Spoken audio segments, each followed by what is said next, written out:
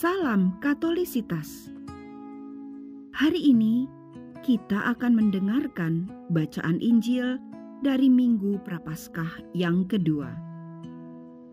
Dalam nama Bapa dan Putra dan Roh Kudus. Amin.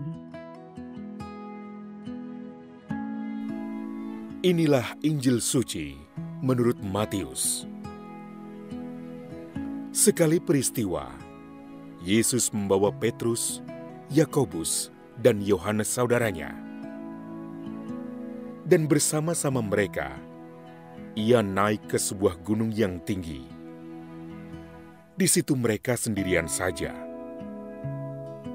Lalu Yesus berubah rupa di depan mata mereka. Wajahnya bercahaya seperti matahari, dan pakaiannya menjadi putih bersinar seperti terang. Maka nampak kepada mereka Musa dan Elia sedang berbicara dengan Yesus. Kata Petrus kepada Yesus, "Tuhan, betapa bahagianya kami berada di tempat ini. Jika Engkau mau, biarlah kudirikan di sini 3 kemah. 1 untuk Engkau, 1 untuk Musa, dan 1 untuk Elia." Sementara Petrus berkata begitu, tiba-tiba turunlah awan yang terang menaungi mereka. Dan dari dalam awan itu terdengar suara yang berkata, "Inilah anak yang kukasihi, kepadanyalah aku berkenan. Dengarkanlah dia." Mendengar itu, tersungkurlah murid-murid Yesus, dan mereka sangat ketakutan. Lalu Yesus datang kepada mereka. Ia menyentuh mereka sambil berkata, "Berdirilah, jangan takut." Dan ketika mengangkat kepala, mereka tidak melihat seorang pun kecuali Yesus seorang diri. Pada waktu mereka turun dari gunung, Yesus berpesan kepada mereka, "Jangan kamu ceritakan penglihatan itu kepada seorang pun, sebelum Anak Manusia dibangkitkan dari antara orang mati." Demikianlah sabda Tuhan.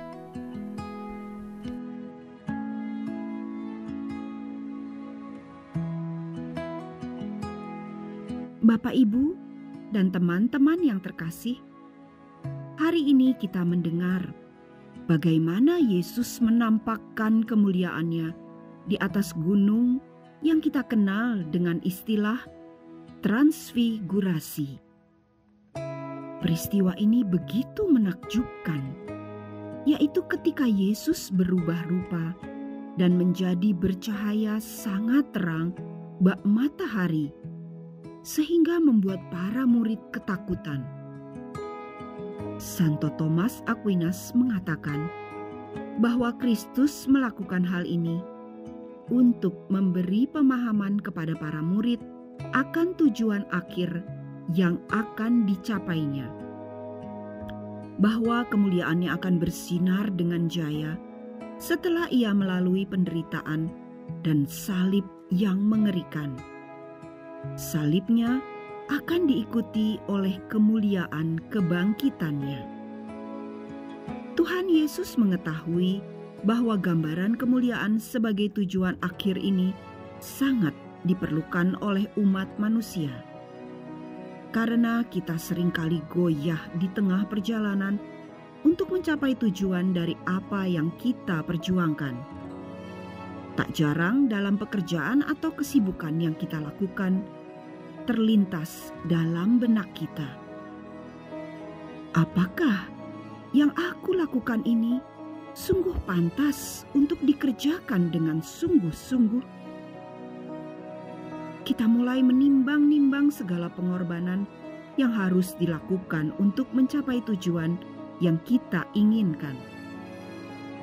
Berapa banyak waktu yang akan dihabiskan untuk memperjuangkannya.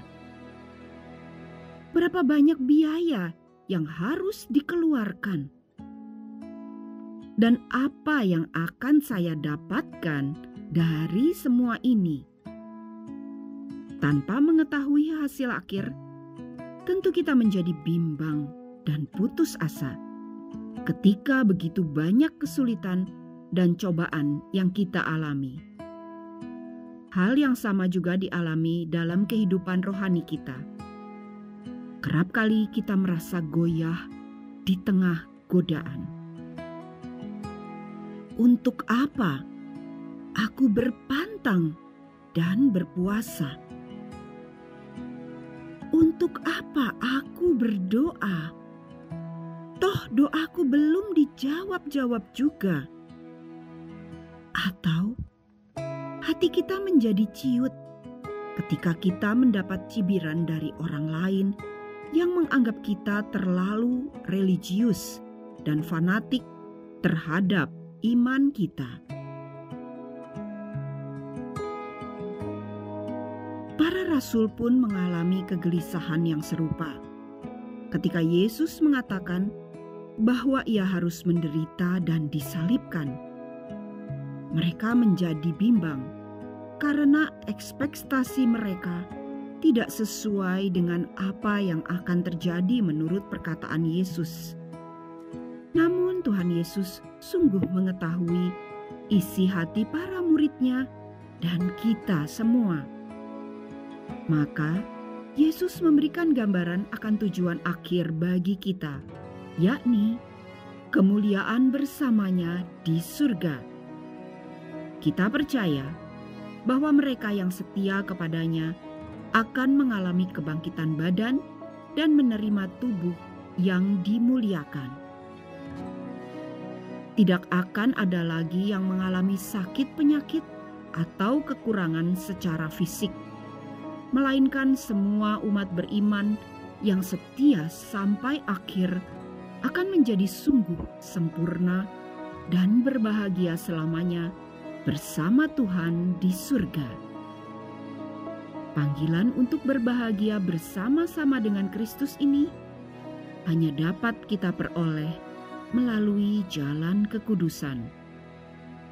Sebab panggilan kekudusan bukan hanya ditujukan untuk para imam, biarawan dan biarawati, tetapi untuk kita semua. Karena tanpa kekudusan, kita tidak dapat bersatu dengan Allah yang adalah kudus. Untuk menguduskan kitalah, Tuhan Yesus rela menderita dan wafat di kayu salib. Melalui penderitaan dan wafatnya itu, Kristus membebaskan kita dari kuasa si jahat. Maka, dalam masa Prapaskah ini, marilah kita menjadikannya sebagai masa pengudusan dan pertobatan kita. Kita tinggalkan segala bentuk yang menahan kita untuk mendekatkan diri kepada Allah. Kekhawatiran, ketakutan, ekspektasi diri yang berlebihan, dan terutama dosa-dosa kita.